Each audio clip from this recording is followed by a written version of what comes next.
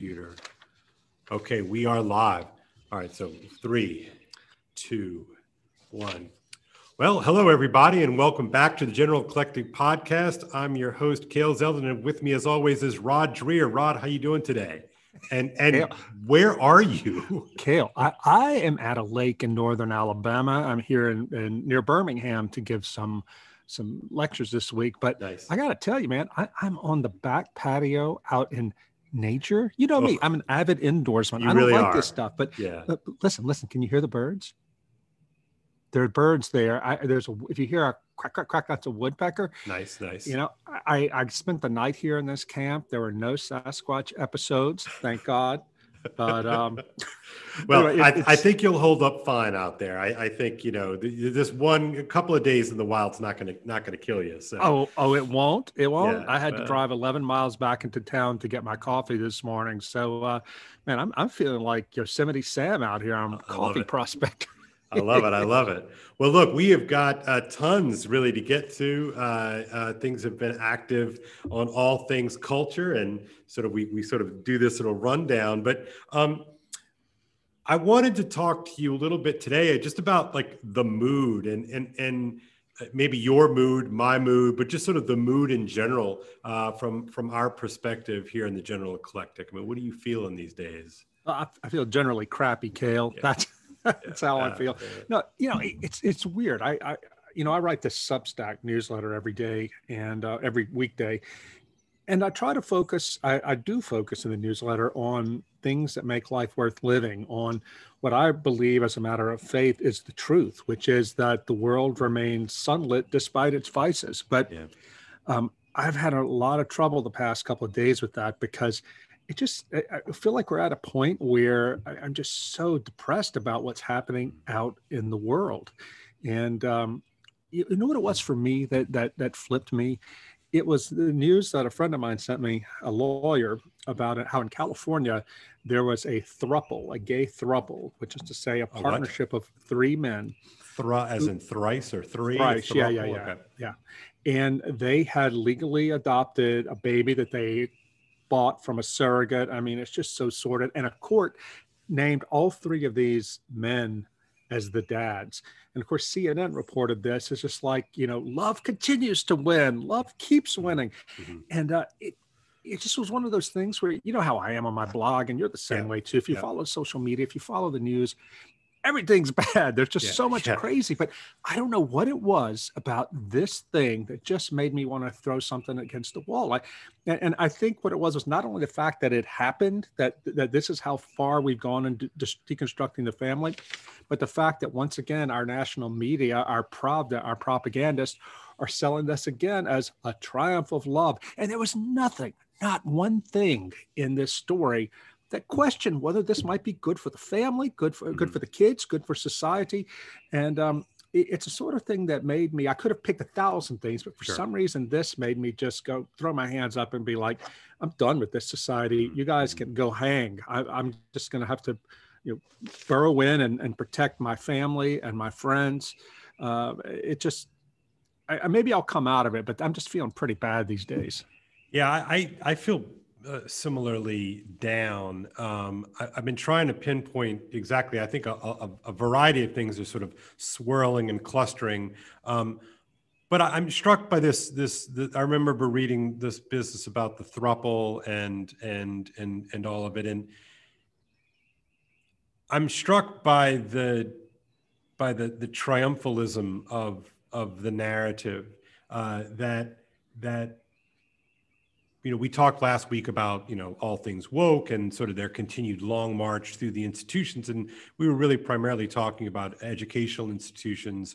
But this is really a sort of the larger cultural institutions, the sense-making apparatus of, the New York Times and the Washington Post and the LA Times and CNN. And I know that this is sort of kind of stock and trade of 2 conservative guys complaining about the mainstream media and all that kind of stuff. But I am really struck by the triumphalism of it. Like there's nothing wrong with it, according to what we're being told, that this is sort of every article like this is like, finally finally we can get past this sort of this backwardness of Right.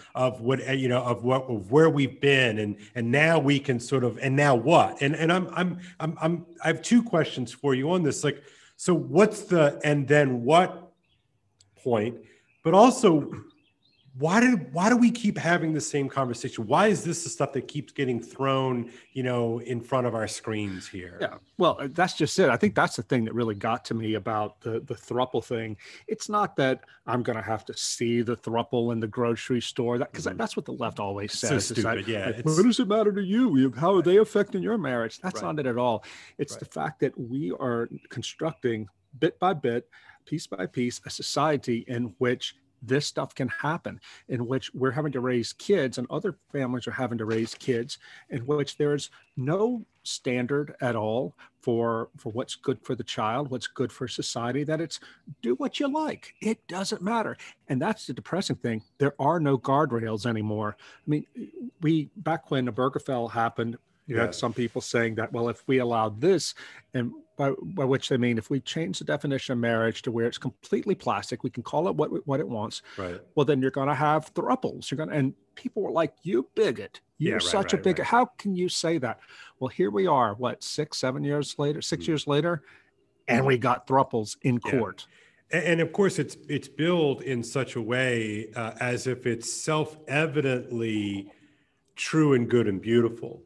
Right. That any kind of question about whether, like, is it true? Is it good? Is it beautiful? And I'm using theological terms, I know, but like any even questioning against it, right, is immediately dismissed as the sort of the musings of a bigoted crank. Yeah, exactly. And we never had the discussion in this country in the decade or so in which we debated up to Obergefell about same-sex marriage. Mm-hmm. We never had an honest, open discussion about whether or not this is a good thing.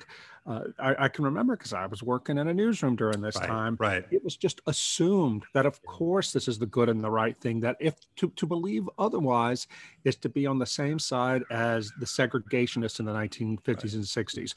And so that's a meme, right?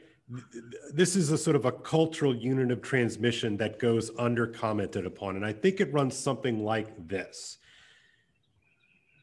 We've all seen those awful pictures and movies of white bigots in the South yelling at a young Black girl who's integrating a school.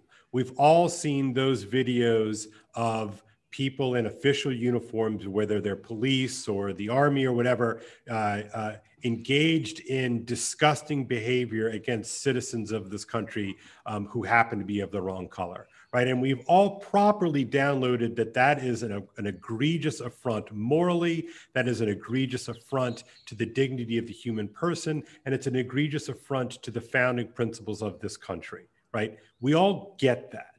But think about how much work is done when you can align your particular initiative, whatever it may be, that it is in keeping with that fundamentally good work. The civil rights paradigm. That's right. The conservative intellectual Christopher Caldwell wrote last year a really good book about this, about how every liberationist movement since the 1960s has piggybacked on the civil rights paradigm. And they figured out that if you do that, both in American law and American culture, the waves part in front of you. Yeah. You know, and nobody stops to ask, wait, is there a fundamental, definitional, ontological difference between race and sexual desire, or race and sex itself? And it doesn't matter.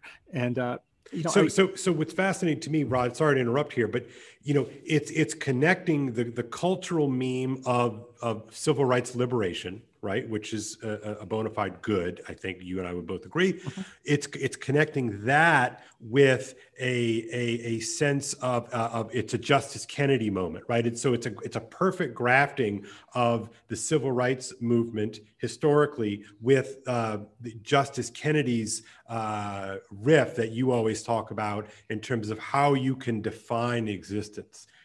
Yeah, right? that was Planned Parenthood versus Casey. The Yeah. Justice Scalia mocked it as the sweet mystery of life passage, but Right. Justice Kennedy. I'm laughing because I'm crying. Really. I mean, Yeah, yeah. right. You know.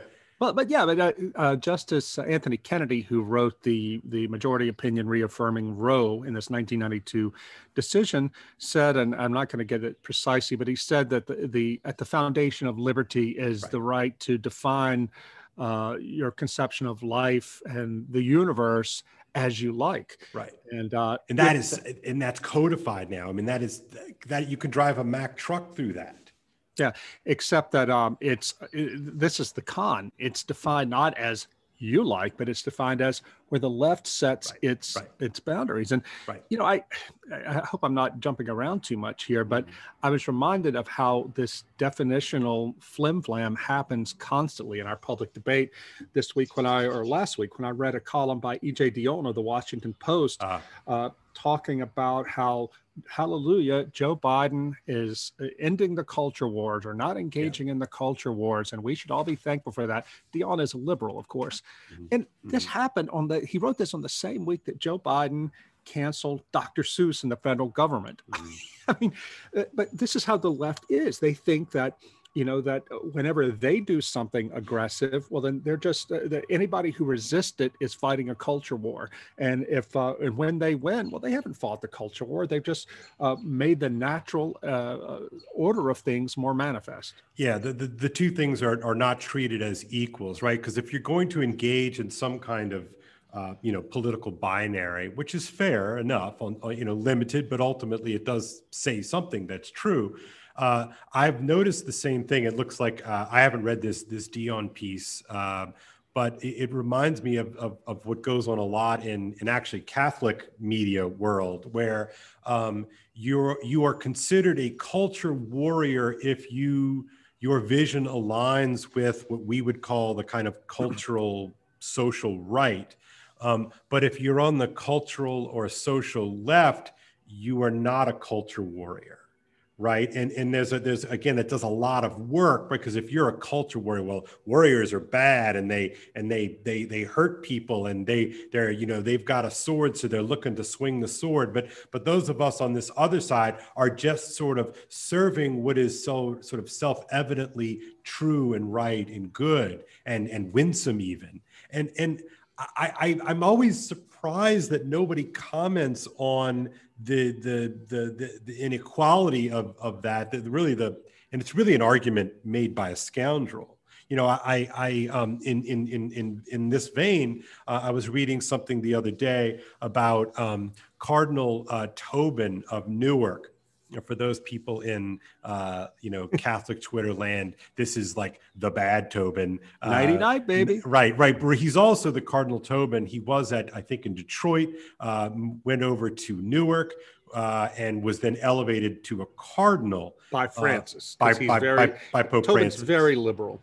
Right. Yeah. So Cardinal Tobin is sort of well known in Catholic circles for a couple of reasons. On the doctrinal level, he considers the Church's pronouncement on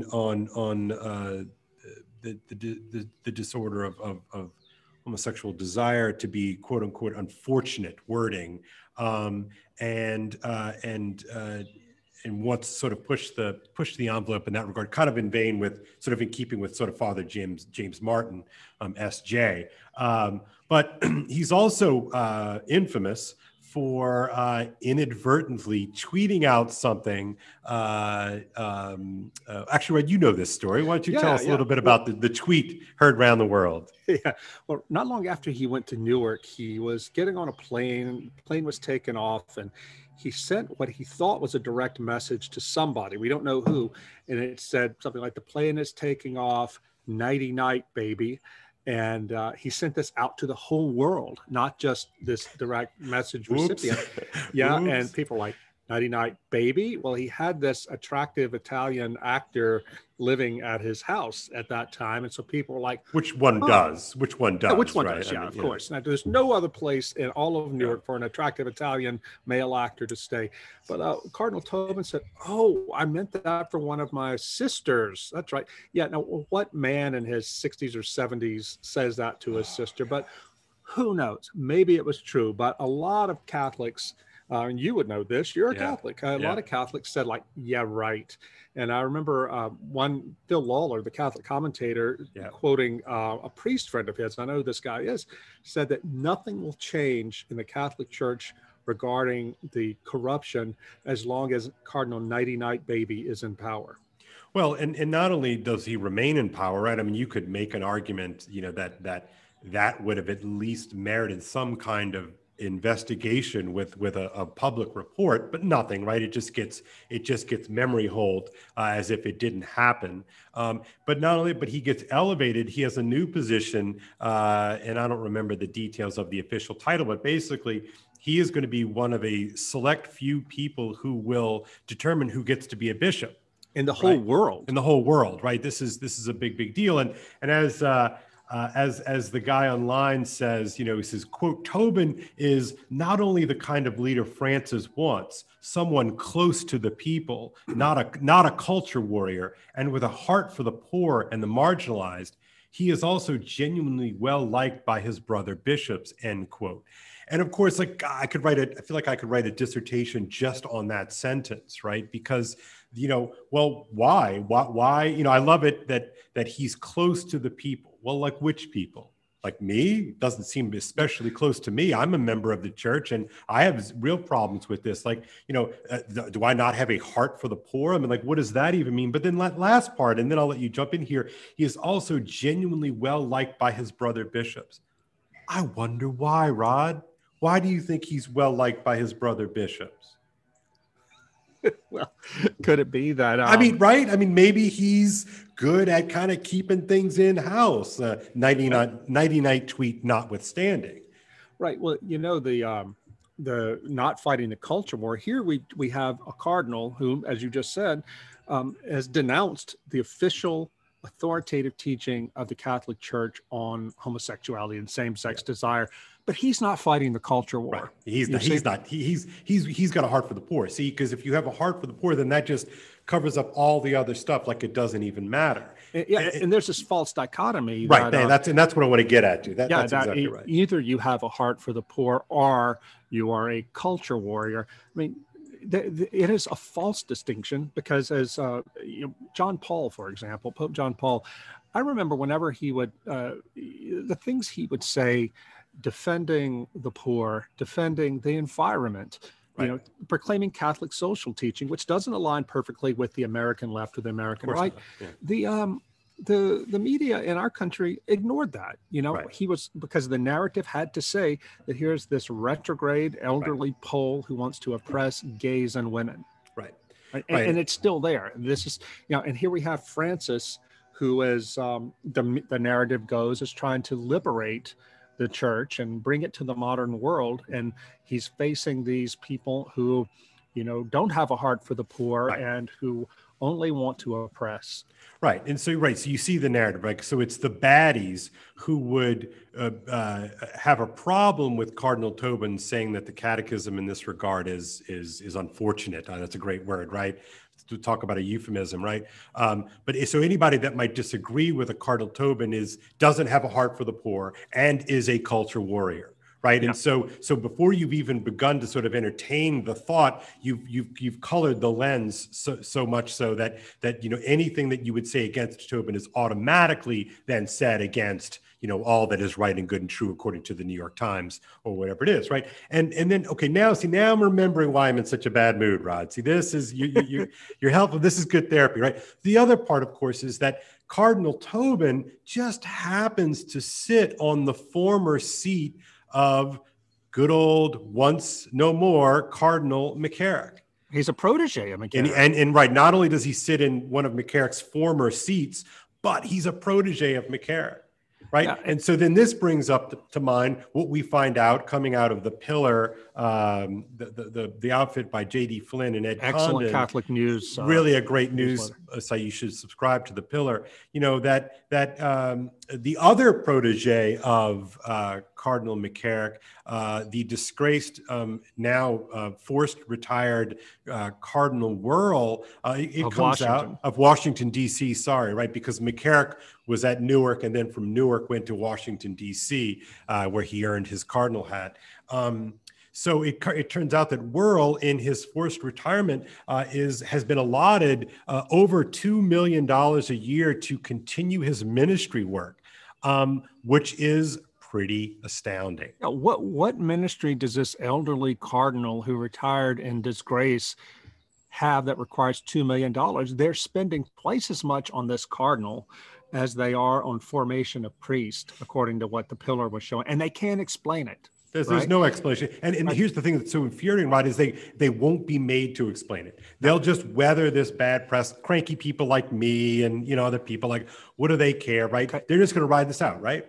Okay, so here's the thing that I think that will be helpful for people who aren't Catholic and don't follow the inside baseball. Right. I know from our conversations offline that what upsets you so much is that you see this happening, and you see that Cardinal Cupich of Chicago, another McCarrick protege, right. He's on the Catholic, the Vatican's bishop making panel, and now Tobin is too.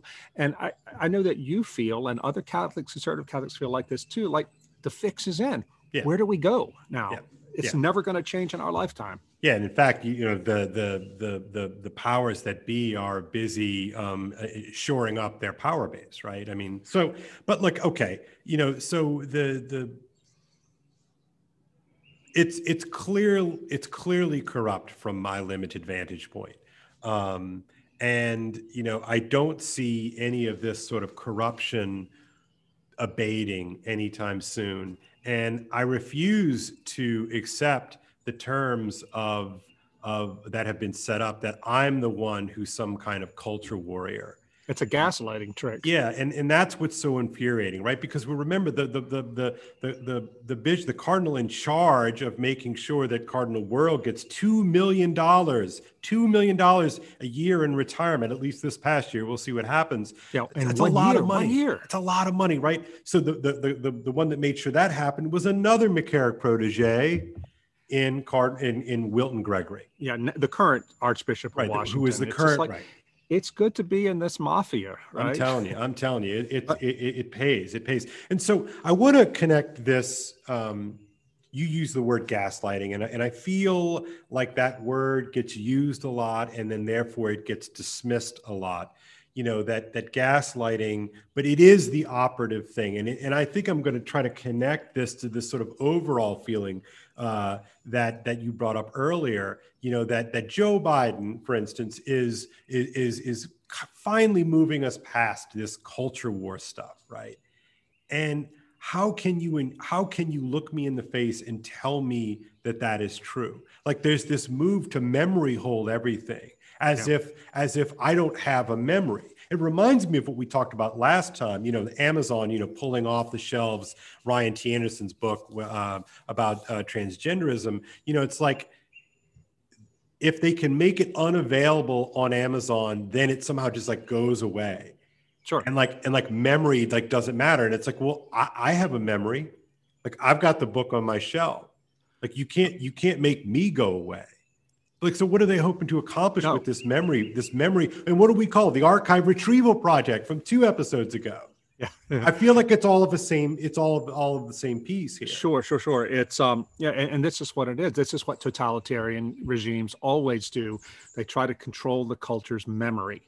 And so this is something as seemingly innocuous as getting rid of a few Dr. Seuss books. Yeah. You've had some people, apologists for this, say, oh, it was just 6 books that nobody's reading anymore. Right. What's the big deal? The big deal is suddenly something as innocuous as a children's book is suddenly, it's gone. You can't. Chicago Public Libraries have taken these books out. Right. It's not going to be there. eBay, you can't buy it on eBay. So, okay. But what I've noticed, again, from, you're more into this on a day-to-day basis than I am. But what I noticed that as soon as there's a sort of a conservative comment upon the fact that this is like not good, we shouldn't be banning books, right? Which is sort of funny because we used to get smeared with that, right? Our legacy. Yeah. Oh, this is just conservatives making a mountain out of molehill. This is a private foundation. Conservative culture warriors. Culture warriors who are they are electing to do this. Why are you making a big deal out of this? Why is it important, Rod? It's important because, it's important for several reasons, but one thing that comes to mind right away is you and I are of a generation where it was the liberals who were always warning about banned books. That's right. We had banned books week in school, and it was always in the narrative of banned books week. It was fundamentalist Christians or conservatives who were always trying to take books like To Kill a Mockingbird out of the schools. Right. Well, today, To Kill a Mockingbird is being removed from the syllabi at liberal schools. I mean, Bari and Weiss. Why? Why is this? I would you card it out. It's hilarious. Yeah, because they of racial sensitivity. Right. So you have liberals who are banning books, including the same ones that in your childhood and mine, they said that conservatives are trying to ban. And now we're supposed to think, oh, this is normal. This is normal. That's the thing, Kale, to go back to what started us out is it's the normalization of nihilism. Whether it's the Throuples or something as seemingly minor as banning Dr. Seuss.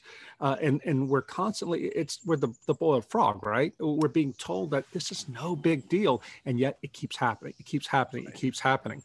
And at some point, I keep wondering when the pushback is going to come. Well, what if there is no pushback? What if this is the new normal? Well, I guess that might be where I am right now on this lovely morning. That maybe us complaining about it on a podcast is about it. Maybe that's the sum total of the pushback, and we're just going to sort of be renormalized.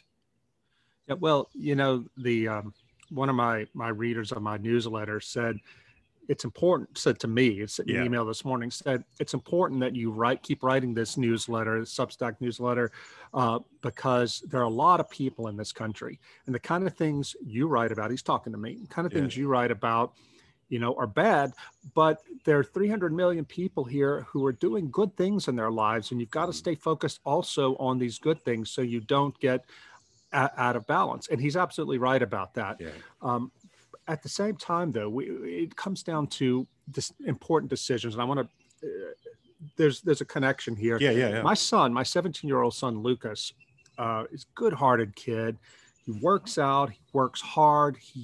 He's just the guy you always want to be at your side.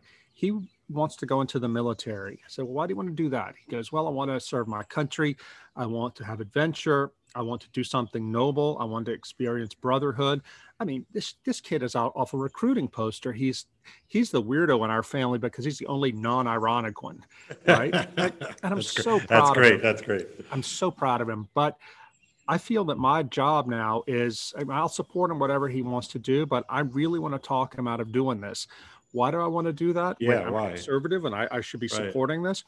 Well, for several reasons. First of all, I don't want him to be sent overseas by the same government who has us in Afghanistan 20 years later.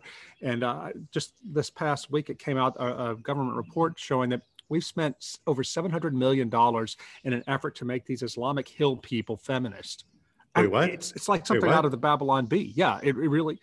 And and we still have our troops there. I'm sorry, I don't mean to laugh. I don't mean to laugh. Because of this ideology. And it's not just the left, it's the right. George W. Bush got us over there to try to make these people democratic. I don't want his life wasted for that. But I also don't want him to be put in a position where he is taught by the military that there's something wrong with him because he's white. And some of I've looked at the reading list people in the military have sent me for some of the services. They're having people read Robin DiAngelo's White Fragility, all this crap. I don't want him to be taught that by the military. And I don't want him to be in a position where, he has to be fighting alongside transgenders. It's wrong. Well, it's a strange thing too, right? That and we may have hit on this before, but just the very idea of masculinity has become sort of a kind of poisoned or polluted, right? That masculinity itself is poison.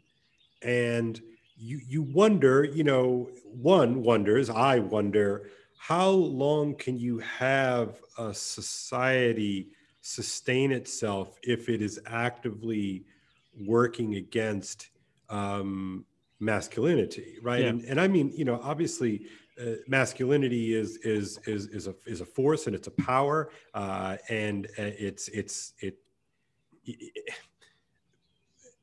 But I mean, ask yourself this, Rod. When is the last time you've seen or heard the phrase masculinity in a sentence or a paragraph in which the word toxic wasn't It's not modified by right in toxic. front of it? Yeah. Right. I mean, well, because my question to to my students and to people I come across is like, all right, fine, I'll grant you toxic masculinity for sure if you'll grant me toxic femininity. Number one. Oh, they won't do that. No, of course not. I know I'll be accused of all manner of things, but like. So if it's toxic, then what would it be if it weren't toxic? Like, is there space in your worldview for a masculinity that is not toxic? And I don't know how they might answer that question. I know how I would answer it. I would say it's manliness. It's a position of being a servant, of defending the weak, the sort of things that we were all taught. It's not machismo, right? Right. And that's such an important point, because it's not like, and I always feel that this one runs the risk of being misunderstood, perhaps willfully misunderstood, when you start talking about masculinity as if, like, in order to be masculine, you have to, be a caricature from a WWE, set. It's like, yeah, fine. That's masculine power is a real thing. But I'm talking about the creative force and the protective force of society. What is it if it's not masculine? Yeah, well, exactly. And I think one of the reasons that there's such a huge push now on the left and in the mainstream media, but sorry for repeating myself. Against defund the cops is that there's this revulsion. It's not just about race, it's about masculinity. And these people don't realize that the peace of all of us depend on men being willing to put themselves in harm's way to defend the peace and to defend the right, defend the law. This is, of course, why when you have a corrupt cop, it's much worse than having a corrupt civilian. When you have a corrupt priest, it's much worse because they're tasked or like you said, a corrupt soldier. Yeah, corrupt soldier. Yeah, this is why it's so important to hold the line there. But we're at a point now where, I mean, I've gotten emails since I put on Twitter or one of my blogs that, I'm thinking about whether I really want my son to serve in the military of a nation that stands for things that I believe are profoundly destructive to human civilization and to the faith. And I'm getting emails from Christians who have I got one last night. He's still in the service. He said, don't do it. One from a veteran who said that I was proud of my service, but now I tell everybody, don't go into it if you're Christian. On what grounds? What are they saying? Fill that out for us. Yeah, they don't trust the leadership. Wokeness is a big thing there. Is it really? Yeah. Oh, yeah. They said that this one man, a veteran, he's in his 30s, but he said that it's come so quickly over the armed services. And he said, we don't know where the lines are now. They change so fast. And the sort of things that were just completely normal a day and a half ago are suddenly, you cross that line, it's the end of your career. And it's all about race and trans and that sort of thing. So how is this not, and maybe I'm being hyperbolic here, but how is this not a national security risk? Well, it seems to me that am I wrong in thinking that? That's the thing. I mean, the critical race theory, it destroys every institution it comes in touch with. Right now, I read this really good book this past by design. Yeah.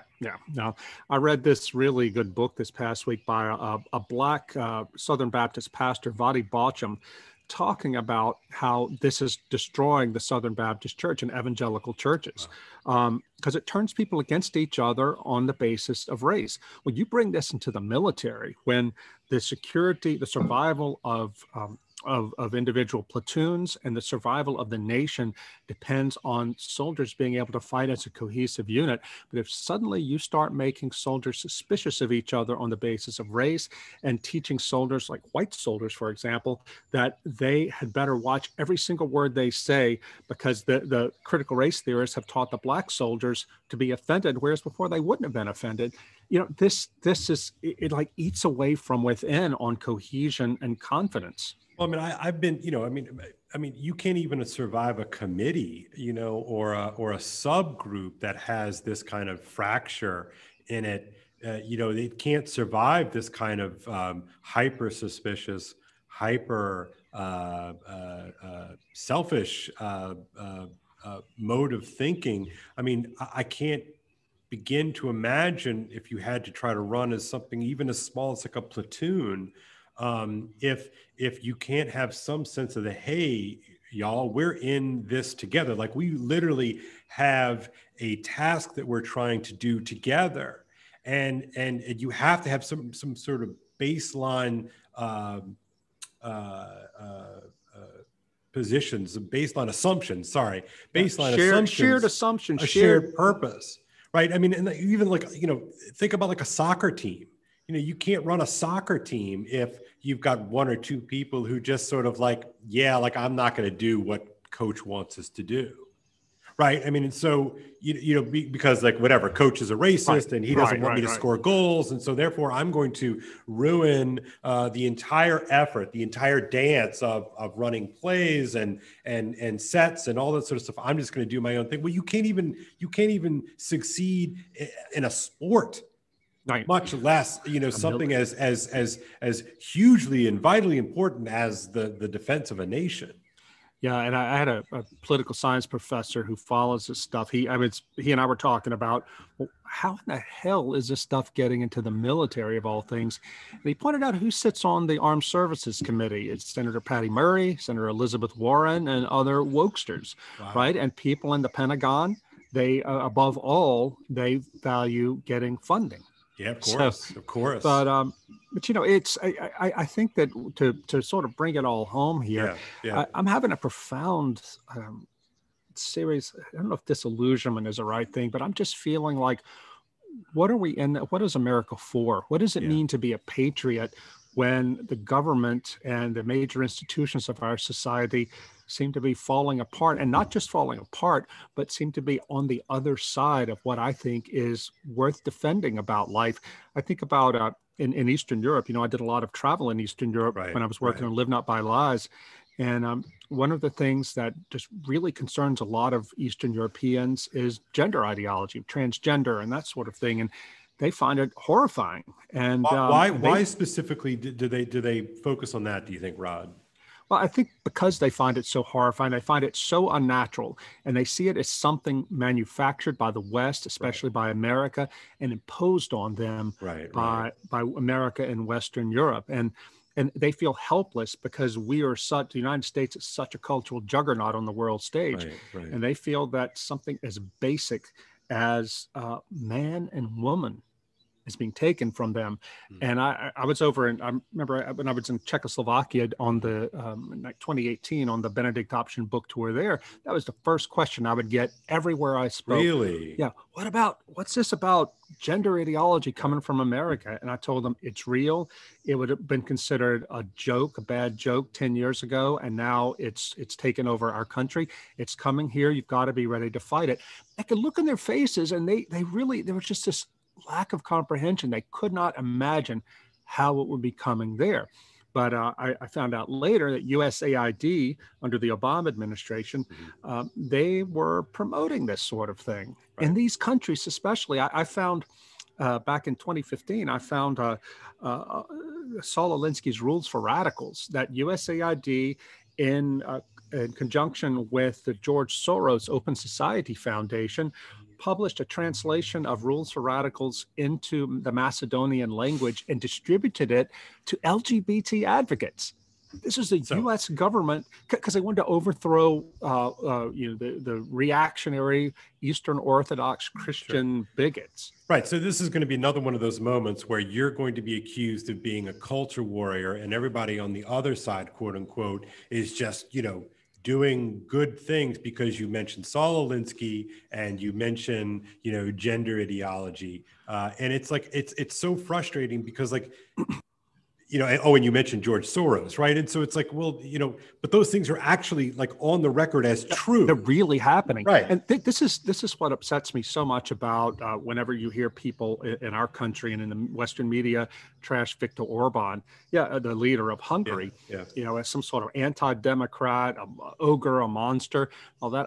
There are things that Orban has done that I don't like, but the things that they get on him the most about is his defense of his country against this cultural imperialism coming from the West on immigration and on LGBT. Right. In Hungary, they passed an amendment to the constitution defining marriage and family as one man and one woman. Thank God they did it. We didn't do it. Christians in this country stayed completely silent on this sort of thing. I remember the last time this came up for an amendment to the U.S. Constitution after the 2004 election. Santorum and a couple of other Senator Santorum put the federal marriage amendment up there for debate. It did not even make it out of the Senate because a lot of Republicans themselves would not support it. George W. Bush, big evangelical Republican, ran in part for re-election on defending traditional marriage. His political guru, Karl Rove, got a lot of marriage initiatives on ballots in local states to gig Christian turnout. Right. And then he wins re-election again. What does he start fighting for this one thing? No, he came out and gave a perfunctory statement in favor of the federal marriage amendment, which died in the Senate and did not even go to the states. We might have lost that, but that was the last chance that we had to stop what I believe is something that is tearing down the social fabric of this country. Not so much gay marriage per se, but the idea that you can redefine marriage to make it whatever you like. Right. And so this is where I want to jump back into something we talked a bit 2 or 3 episodes ago about, barstool conservatism, right? And we know that there's no electoral stomach for anything about gay marriage or anything like this, right? And so the barstool conservatives sort of slot themselves in here, perhaps unconsciously, but there they are. And they don't care so much about that. They don't care so much about pornography. They don't care so much about these sorts of things, right? They're just sort of do the shoulder shrug and okay, that's fine. That's the decision that they're making. It's an electoral block of some sort. My question to many folks who sort of find themselves sort of not caring is, what's the stopper, right? I mean, what's the thing that'll keep us from going over the edge of full-blown CRT insanity? Because it's clearly not marriage, right? I mean, that doesn't move the needle. It's not these things. Okay. What about all this stuff that now we're getting, look at Bari Weiss's piece just last night about, are these elite schools are being taken over by a cult and the U.S. military is being taken over by a cult and social justice cult. Yeah. And the evangelical churches and even some of the Catholic churches are being taken over by a cult. You yourself, they tried to chase you out of giving a talk at an Orthodox seminary because you were bringing in the culture war. Because I defend what the Orthodox Church teaches. Right. And so then what's the stopper if it's not going to be these things? I mean, now everybody's like, oh my gosh, it's a cult. Like, yeah, it's a cult. What's the stopper? What's the frame in which you can judge reasonably as to what should be? I don't know what people are going to beyond this, no more. And that's, right. That moment. That's what I'm talking about. That moment. And as we come to the end of our hour together, this is where we started. I don't know where the guardrails are. I don't know what is going to make people stand up and say, that's crazy. We're not going to deal with this. And that Bari Weiss piece you talk about, which you can see at cityjournal.com, it's called the miseducation of the elites. Yeah. Bari Weiss goes and talks to parents in both New York City and Los Angeles who send their kids to super expensive private schools, like $50,000, $60,000, $70,000 a year to go there, high schools. And these kids are being pumped full of radical anti-capitalist, anti-white, racist social justice propaganda, and the parents hate it. Some of the kids hate it. The kids are being demoralized and confused by it, but not one of them will speak up. Not one of them, because they told Bari Weiss they're afraid their kids, the parents will suffer socially and professionally if they speak up against this, because they'll be called racist, bigot. Sure. The kids might not get into the Ivy Leagues. And that's it right there, Kale. Right. They're so afraid that their kids will not be part of this get to the top of this meritocracy. And I think it's going to stop when enough people, not only elites, but also normies, say, you know what, it's not worth being a success in this rotten world if we have to live by these lies. See, but here, this is where I wanted to, call up Bari, as if I can call up Bari. And well, let's have her on the podcast. I would love to have Bari on the podcast, because my concern here is, certainly I was very sympathetic to those parents, and I could read it. I could see exactly what they're talking about. But what they also haven't reckoned with is the fact that it's not just the schools that are pumping their kids full of this stuff, right? Almost all of them, right? But it's also it's Instagram, and it's TikTok, and it's Snapchat. Yeah. Like, people really don't get that it's not just because Mr. Jones in DEI class told me this stuff, but it's supported and amplified and colored by their Instagram feeds and the social influencers. It's such a bigger problem than what the Dalton School does in Manhattan or what Harvard Westlake does in Los Angeles. It's the kids have already been primed largely to accept this through their social media feeds. And I think that's a missing element. And again, this is why I'm not in a good mood right now. Yeah, I know I'm smiling, but it's like, it's bad. It's really, really bad. Yeah, that's one thing. That's a constant bugbear of mine. And I've seen, since I've been writing about this for years with the Benedict Option out, this new book, so many parents, people my age, have the idea that this is something that only comes to their kids through the school or, through formal channels. But so they feel, the parents do, that if they vote the right way and put their kids in the right school or whatever, send their kids to Sunday school, that their kids will be taken care of. Fine. And they hand their kids complete access to social media, Instagram, all of it, Snapchat, all of it. And it's like, this is a mainlining an ideological drug into their kids' moral imaginations. And but if you try to talk to parents about it and say, hey, step up, be a parent. Your kid might hate you for this. Believe me, I've had these arguments with my kids. Yeah, same. But if you don't, there's going to be hell to pay.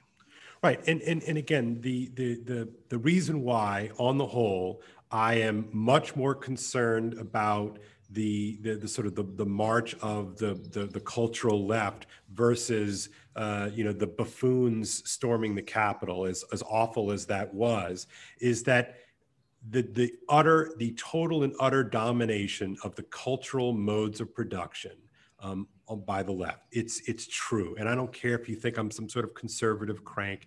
It's so obviously and evidently true. Yeah. Right. That is owned. And I know it's a Marxist sort of structure, but it's basically true. Like, it's cultural production, and culture is the thing by which we are enculturated into modes of being. And if the air we breathe, that's the water in which we swim. Right. And if those things are captured, I mean, this is why in my own sort of Catholic world, and I feel like the culture, the modes of production in the Catholic world are captured. In the larger sense, the modes of cultural production are captured by those people whom I believe do not have my or my children's best interest in mind. And that's why I get frustrated. Yeah, not only do they not have your best interest in mind, you are the enemy. That's right. And so this is, and we go back to the Benedict Option, I think it's becoming clearer to more people now what I was after with the Benedict Option. Like, when you get to a situation when you can't trust your government, you can't trust your military, you can't trust the institutions in your society, you can't even trust your bishop or your church, right, but you still want to live a life as a faithful Catholic, a faithful evangelical, faithful Christian, right, and a decent man and woman, and raise a strong family. What do? We have to find each other. We have to start networking now. I got an email last night or a comment on my blog, somebody saying, well, why aren't you putting together websites where people like us can find each other? I'm like, dude, I I write constantly. I never take a vacation. Right. I'm doing my gifts are in writing and trying to identify this stuff, but I can't do it on my own.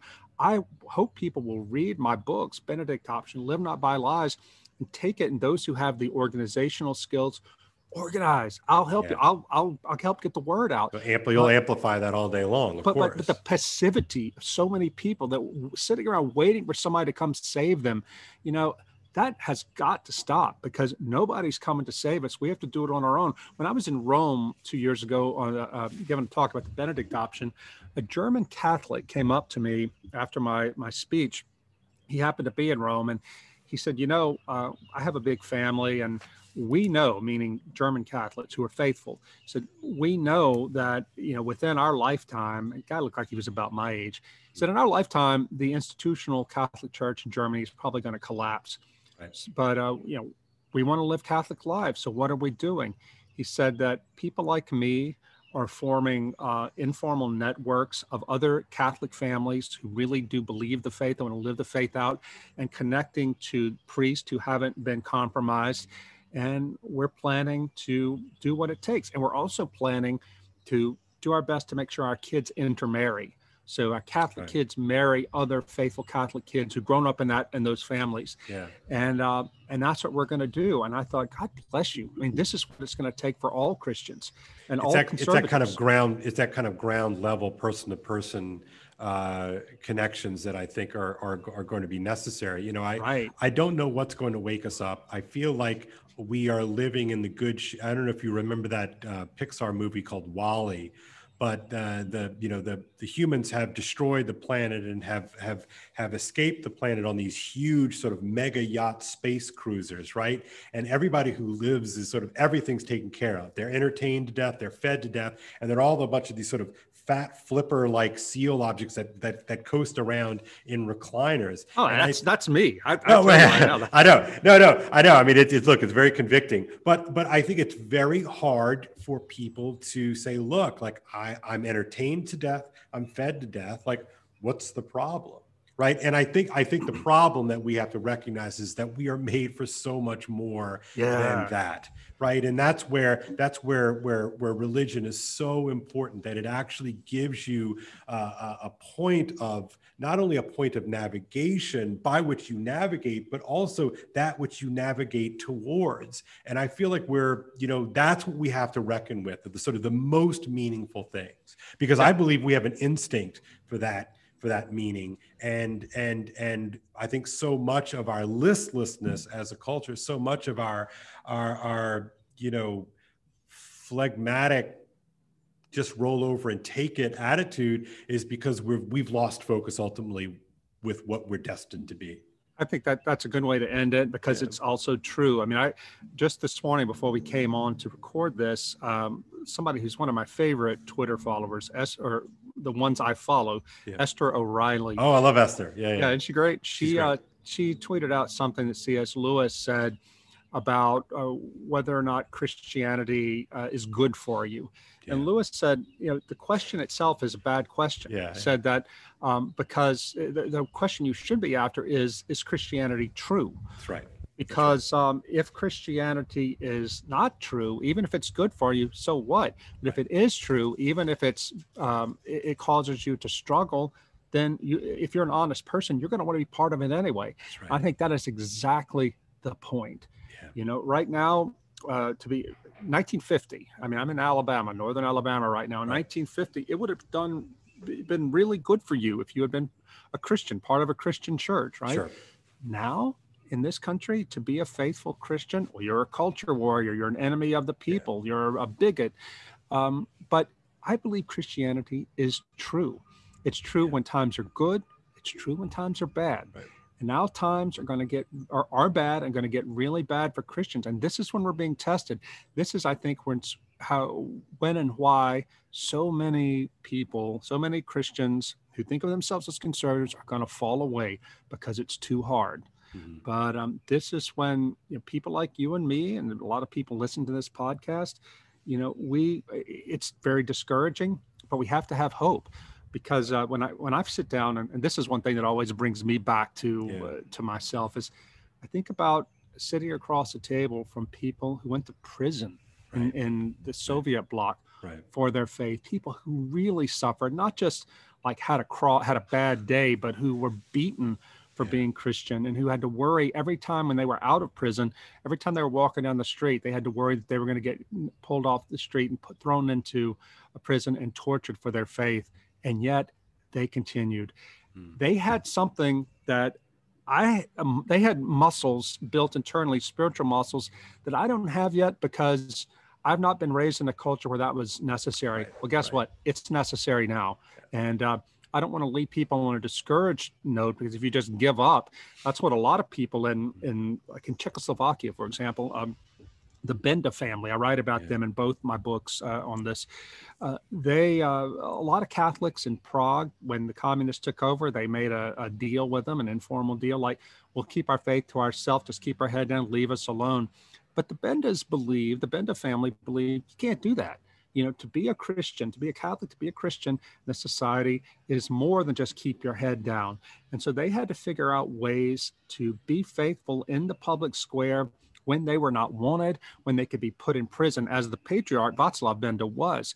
And so these people are so incredibly inspiring. They really are. And so I want to end by saying, let's think about them. I mean, go to Benedict Option, go to Live Not by Lies, read about them. We need more people, more Christian writers to go over there and talk to these people, filmmakers, talk to them. They have so much to give us, so much inspiration.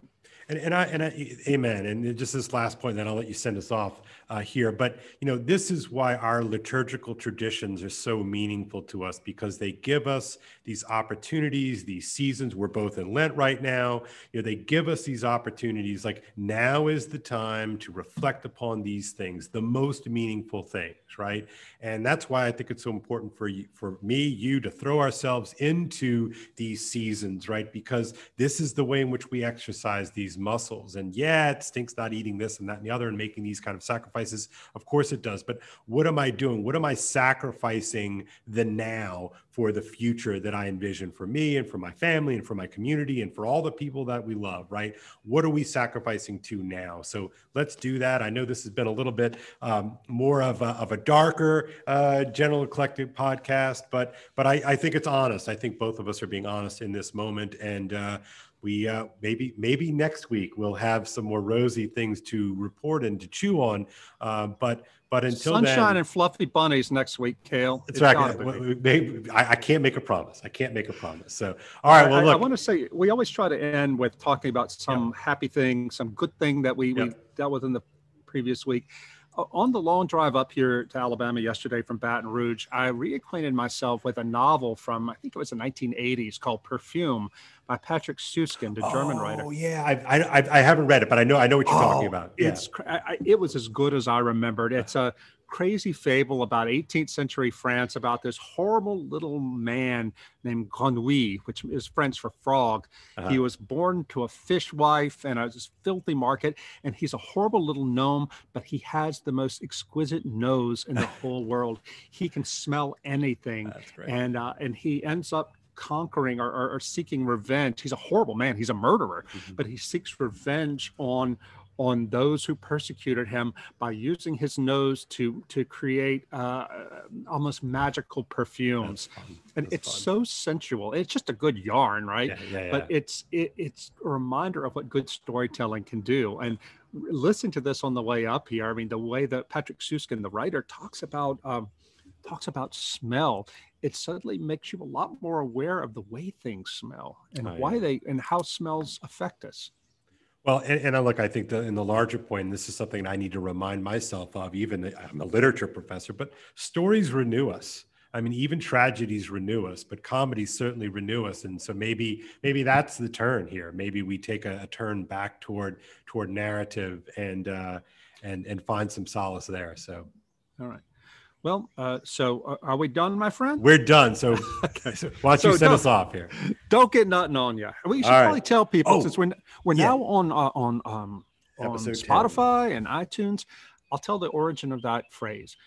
I'm, as most people know, I'm from a little town in Louisiana. Well, there's this guy, we call him Uncle Bubba. His name is Ed Shields. He's old now, but he was just crazy guy, just hilarious, wonderful guy in our town, a real troublemaker in the best sense of the word.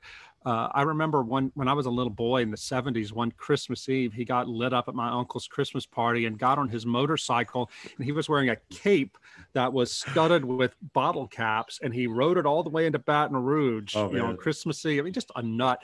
But his catchphrase was, "Don't get nuttin' on you." That was his goodbye. And I think it's just wonderful. My dad used to say it to me, as a nod to Uncle Bubba. Don't get nothing on you. Don't get nothing on you. So, I love it. All right, well, folks, there it is. And again, you are now seeing this under the umbrella of the American Conservative. So we're very excited about that. We are now in all the various podcast catchers, so iTunes and Stitcher, et cetera. So you can listen to us there or watch us here on YouTube. So until then, we'll see you next time. Y'all take care. All right, bye-bye. See you around.